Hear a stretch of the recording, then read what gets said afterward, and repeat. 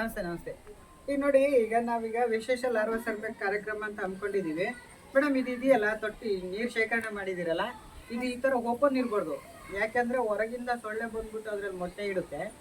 ಆ ಮೊಟ್ಟೆ ಇಟ್ಟಾಗ ಅದು ಮರಿ ಮಾಡಬೇಕಾದ್ರೆ ಅಂದರೆ ಈ ಓಪನ್ ನೀರಲ್ಲಿ, ಶುದ್ಧ ನೀರಲ್ಲಿ ಮರಿ ಆಗೋದು ಇಡೀ ಸೊಳ್ಳೆ ಅಂತ ಹೇಳಿ ಆಗುತ್ತೆ. ಡೆಂಗ್ಯೂ, ಚಿಕನ್ ಗುನ್ಯಾ, ಮಲೇರಿಯಾ ಎಲ್ಲ ಜಾಸ್ತಿ ಆಗೋದ್ರಿಂದ ನಾವೀಗ ಸಮೀಕ್ಷೆ ಕಾರ್ಯಕ್ರಮ ಹಮ್ಮಿಕೊಂಡಿದ್ದೀವಿ. ಸೊ ಹಿಂಗೆ ಓಪನ್ ಇರುವ ನೀರಲ್ಲಿ, ಶುದ್ಧ ನೀರಲ್ಲಿ ಅದು ಮೊಟ್ಟೆ ಇಟ್ಟು ಮರಿ ಮಾಡಬೇಕಾದ್ರೆ ಅದಕ್ಕೆ ವಂಶಾಭಿವೃದ್ಧಿ ಮಾಡಲಿಕ್ಕೆ ರಕ್ತ ಬೇಕಾಗ್ತದೆ. ಫಸ್ಟು ಮೊಟ್ಟೆ ಇಟ್ಟು 4 ದಿನಕ್ಕೆ ಒಂದು ಲಾರ್ವಾ ಅಂತ ಆಗುತ್ತೆ ಮರಿ, ಸಣ್ಣದನ್ನು ಬಾಲುಳು ಟೈಪ್ ಓಡಾಡ್ತಿರುತ್ತೆ. ಆ ಹುಳು ಓಡಾಡಿದಾಗ ಏನಾಗುತ್ತೆ, 4 ದಿನ ಆದಮೇಲೆ ಅದು ದೊಡ್ಡದಾಗುತ್ತೆ. ಮತ್ತೆ ಅದಕ್ಕೆ ವಂಶಾಭಿವೃದ್ಧಿ ಮಾಡಲಿಕ್ಕೆ ರಕ್ತ ಏನು ಬೇಕಾಗುತ್ತಲ್ಲ, ಆಗ ನಮಗೆಲ್ಲ ಕಚ್ತದೆ. ಮತ್ತು ಇನ್ನು ಅಂಗನವಾಡಿ ಸುತ್ತಮುತ್ತ ಒಡೆದ ಬಾಟಲ್ಗಳು, ಬೇಡವಾಗಿರೋದು ಘನತ್ಯಾಜ್ಯ ವಸ್ತುಗಳು ಇರ್ತದೆ, ಅದಕ್ಕೆ ಹೋಗಿ ನಾವೇನು ಯಾರೇನು ನೀರು ತುಂಬಿಸೋದಿಲ್ಲ. ಈ ಮಳೆ ಆಗಿರೋದ್ರಿಂದ ಈ ಸಮಯದಲ್ಲಿ ಮಳೆ ನೀರು ಶೇಖರಣೆ ಆಗುತ್ತಮ್ಮ. ನಿಮ್ಮ ಮನೆ ಸುತ್ತಮುತ್ತನೂ ನೀವು ಸ್ವಚ್ಛತೆಯನ್ನು ಕಾಪಾಡ್ಕೊಳ್ಬೇಕು. ಒಟ್ಟಾರೆ ಒಂದು ಸಣ್ಣದು ಒಡೆದು ಬಾಟಲ್ ಆಗಲಿ, ತೆಂಗಿನ ಚಿಪ್ಪು ಆಗಲಿ, ಅದರಲ್ಲಿ ನೀರು ನಿಲ್ಬಾರ್ದು. ಮನೆ ಸುತ್ತಮುತ್ತ ಕ್ಲೀನ್ ಇಟ್ಕೋಬೇಕು. ಇದು ಸಾಂಕ್ರಾಮಿಕ ರೋಗ ಆಗಿರೋದ್ರಿಂದ ಒಬ್ಬರಿಗೆ ಡೆಂಗ್ಯೂ ಬಂದರೆ ಎಲ್ಲರಿಗೂ ಕಚ್ಕೊಂಡು ಹರಡುತ್ತೆ. ಅಸಾಂಕ್ರಾಮಿಕ ರೋಗ ಬೇರೆ, ಸಾಂಕ್ರಾಮಿಕ ರೋಗ ಬೇರೆ. ಸಾಂಕ್ರಾಮಿಕ ರೋಗ ಆಗಿರೋದ್ರಿಂದ ಮಲೇರಿಯಾ, ಚಿಕನ್ ಗುನ್ಯಾ, ಡೆಂಗ್ಯೂ, ಫೈಲೇರಿ ಜೈ ಅಂತ ಒಂದು ಸಾಧಾರಣ ಸೊಳ್ಳೆಯಿಂದ 5 ಕಾಯಿಲೆಗಳು ಬರ್ತವೆ. ಈಗ ನಾವು ಹಾಸ್ಪಿಟ್ಲಿಗೆ ಹೋಗಿ ಬಿಳಿ ರಕ್ತ ಕಣ ಕಡಿಮೆ ಆಯಿತು, ಅಡ್ಮಿಟ್ ಮಾಡ್ಕೊಂಡ್ವಿ, ದುಡ್ಡು ಖರ್ಚು ಮಾಡಬೇಕು. ಇದೆಲ್ಲ ಯಾರಿಂದ ಆಗ್ತಿದೆ? ನಮ್ಮಿಂದ ಆಗ್ತಿದೆ, ಸಾರ್ವಜನಿಕರಿಂದ. ನಮ್ಮ ಮನೆ ಸುತ್ತಮುತ್ತ ಚೆನ್ನಾಗಿಟ್ಕೊಳ್ಬೇಕು. ಮನೇಲಿ ಅಷ್ಟೇ ಚೆನ್ನಾಗಿ ಇಟ್ಕೊಂಡ್ರೆ ಸಾಲದು ಅಂತೇಳಿ ನಾವು ಶಾಲಾ, ಕಾಲೇಜು, ಅಂಗನವಾಡಿ ಎಲ್ಲ ಭೇಟಿ ಮಾಡಿ ನಾವು ವೀಕ್ಷಣೆ ಮಾಡ್ತಿದ್ದೀವಿ. ಯಾಕೆಂದರೆ ಶಾಲೆಯಲ್ಲಿ ಸಣ್ಣ ಮಕ್ಳು ಇರ್ತವೆ, ಅಂಗನವಾಡಿಯಲ್ಲಿ ಸಣ್ಣ ಮಕ್ಕಳು ಹಗಲೊತ್ತು ಕಚ್ಚೋದ್ರಿಂದ ಇದ್ರ ಬಗ್ಗೆ ಅರಿವು ಮೂಡಿಸುವ ಕಾರ್ಯಕ್ರಮವನ್ನು ನಾವು ಹಮ್ಮಿಕೊಂಡಿರ್ತೀವಿ. ಸ್ವಲ್ಪ ಒಳಗಡೆ ವೀಕ್ಷಣೆ ಮಾಡ್ತೀವಿ. ಓಪನ್ ಇರಬಾರ್ದು, ಕ್ಲೋಸ್ ಮಾಡಿ. ಆಮೇಲೆ ಸಾರ್ವಜನಿಕರು ಅದು ಕಂಟಿನ್ಯೂ ಇರುತ್ತಾ?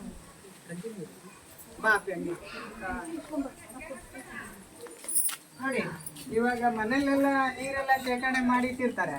ಅದೇನ್ ಮಾಡ್ತಾರೆ ಅಂದ್ರೆ ಕುಡಿಯೋ ನೀರು ಆಗಿರೋದ್ರಿಂದ ಮುಚ್ಚಿಡ್ತಾರೆ.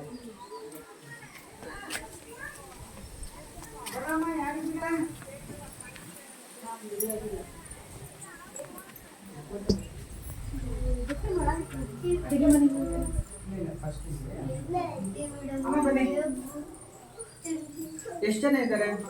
ಸ್ಟ್ರೆಂತ್ ಎಷ್ಟಿದೆ ಮೇಡಮ್? ಸರ್ 19 ಇದೆ. ಬೆರಟಾಗಿ ಮಕ್ಕಳಿಗೆಲ್ಲ ಸ್ವಲ್ಪ ಅಂದ್ರೆ ವೈಯಕ್ತಿಕ ಶುಚಿತ್ವದ ಬಗ್ಗೆ ನೀವು ಪರಿಶೀಲನೆ ನಡೆಸ್ತಾ ಇರ್ಬೋದು ಮೇಡಮ್. ಯಾಕಂದ್ರೆ ಕೆಲವರೆಲ್ಲ ಉಗುರೆಲ್ಲ ಬಿಟ್ಕೊಂಡು ಬಂದಿರ್ತಾರೆ, ತಲೆ ಬಾಚಿರೋದಿಲ್ಲ. ವೈಯಕ್ತಿಕ ಶುಚಿತ್ವ ತುಂಬಾ ಮುಖ್ಯ ಆಗಿರೋದ್ರಿಂದ ಆರೋಗ್ಯಕ್ಕೆ ಈ ಸಮಯದಲ್ಲಿ ಏನ್ ಮಾಡ್ಬೇಕಪ್ಪ ಅಂದ್ರೆ, ಅಮ್ಮ ಯಾರು ನೀವು ಇದು ಮಾಡ್ತಿರೋದು ನೋಡಿ, ಅವರಿಗೆಲ್ಲ ಆದಷ್ಟು ಈ ಸಮಯದಲ್ಲಿ ನೀರು ಬಿಸಿ ಮಾಡಿ ಕೊಡ್ಬೇಕು ಕಾದಾರಿಗಳಿಗೆ. ಯಾಕಂದ್ರೆ ಈ ಸಮಯದಲ್ಲಿ ವಾಂತಿ, ಬೇದಿ, ಮಲೇರಿಯಾ ಆ ಥರ ಕಾಯಿಲೆಗಳೆಲ್ಲ ಹರಡೋದ್ರ ಸಾಧ್ಯತೆ ಇರೋದ್ರಿಂದ ಗಾಳಿ, ನೀರು, ಆಹಾರದಿಂದ ನಮಗೆ ಕಲುಷಿತ ಆಹಾರದಿಂದನೇ ಯಾವುದೇ ರೀತಿಯ ರೋಗ ಬರೋದು.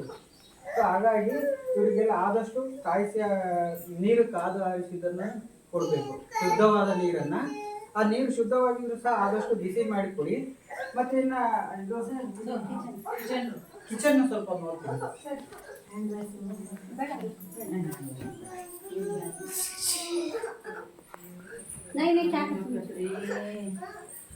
ಇಂಜೆಕ್ಷನ್ ಮಾಡ್ತಾರಂತ ಮಾಡ್ಕೊಂಡು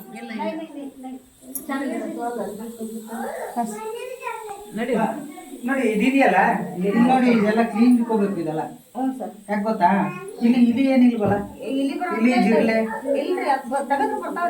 ಮತ್ತೆ ಏನ್ ಗೊತ್ತಾ, ವರ್ಷದಲ್ಲಿ 2 ಬಾರಿ ನೀವು ಆರೋಗ್ಯ ತಪಾಸಣೆ ಮಾಡಿಸ್ಬೇಕು. ಈಗ ಮಕ್ಕಳಿಗೆಲ್ಲ ಅಡಿಗೆ ಮಾಡೋದು ನೀವೇ ತಾನೆ. ನಿಮ್ದು ಫಸ್ಟ್ ಉಗುರೆಲ್ಲ ಕಟ್ ಮಾಡ್ಕೋಬೇಕು, ಗೌನ್ ಹಾಕೋಬೇಕು, ತಲೆಗೆ ಟೋಪಿ ಹಾಕ್ಬೇಕು. ಅಂದ್ರೆ ಯಾಕೆ ಗೊತ್ತಾ, ಈಗ ನೀವು ಒಬ್ರು ಅಡಿಗೆ ಮಾಡೋದ್ರಿಂದ ಅಷ್ಟು ಜನ ಊಟ ಮಾಡೋರಿಗೆಲ್ಲರಿಗೂ ತೊಂದರೆ ಆಗುತ್ತೆ. ಯಾವ ರೀತಿ ತೊಂದರೆ ಆಗುತ್ತೆ? ನಿಮಗೇನಾರ ಉದಾಹರಣೆಗೆ ಟೈಫಾಯ್ಡ್ ಇದೆ ಅಂದ್ಕೊಳ್ಳಿ. ಸೊ ನೀವು ಮಾಡಿದ ಅಡಿಗೆಯಿಂದ ಅವರಿಗೆಲ್ಲರಿಗೂ ಟೈಫಾಯ್ಡ್ ಆಗ್ಬೋದು, ಗೊತ್ತಲ್ಲ.